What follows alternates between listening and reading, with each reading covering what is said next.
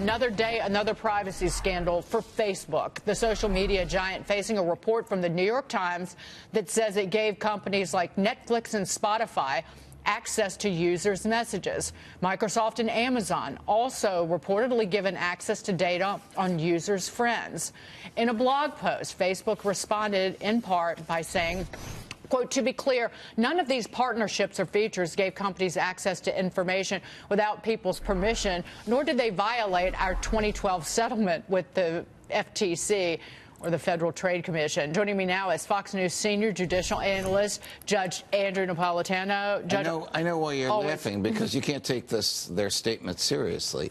No, because, again, they're playing fast and loose with what they're telling their users, and even what they told Congress, because Mark Zuckerberg told Congress that we don't sell data to anyone. Okay, that might be true, but what are you doing with the data? We give it away in return for what we get from them. I don't know where this is going to go.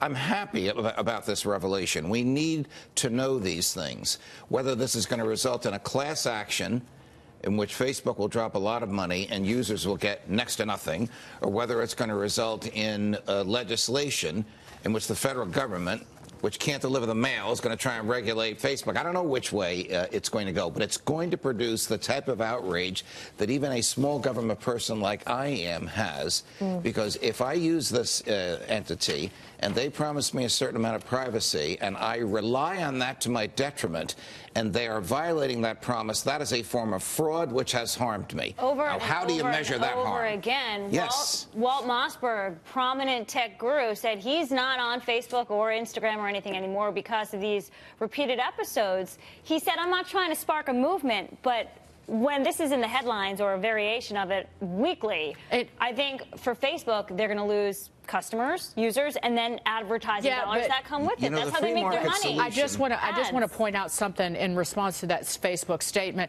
Facebook never directly told the users that it was sharing this data, and we're talking about 150 companies, not just tech companies, but automakers, media companies, including the New York Times, which the Times points out. Users can control the data that they share with most of the thousands of apps on Facebook's platform, but some companies had access to user data even if the users had disabled all of the sharing. I'm reading from the New York Times report. Let me tell you something that will give Mark Zuckerberg a sleepless night. So if you testify before Congress under oath and you tell the truth, the literal truth, but the truth is misleading, and you fail to explain that it's misleading, example, we don't sell this information, we give it away.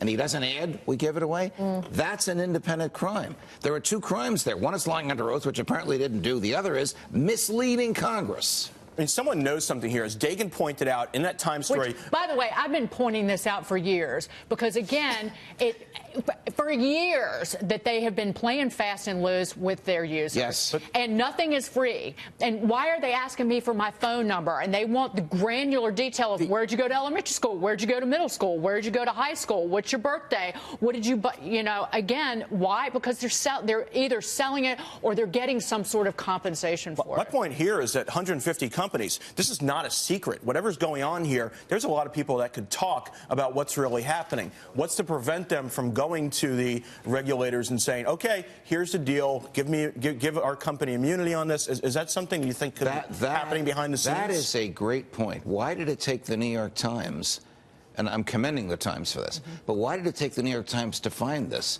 when there were probably thousands of human beings in those companies and in Facebook who knew about it? Because it's working for all those thousands of people. It's helping them drive their businesses, but suddenly now the jig But they must have known that there's a kernel of wrongness there.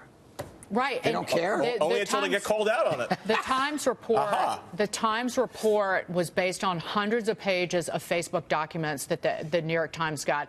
These records were generated last year by the company's internal system for tracking partnerships. And to point out, we made a big hullabaloo about the Cambridge Analytica scandal. Right. But this is these companies got way more access than Cambridge Analytica ever did. So I wanted to point that out. Again, I don't know where it's going to go, and to Mike's inquiry, I don't know how this gets before a judge. My guess is that some lawyers will get some people who have harmed, and they'll start some litigation, and that will open up a can of worms, and we'll find out even more. And by the way, Facebook and all these social media companies, based on the law as it stands now, have a liability waiver for user-generated content.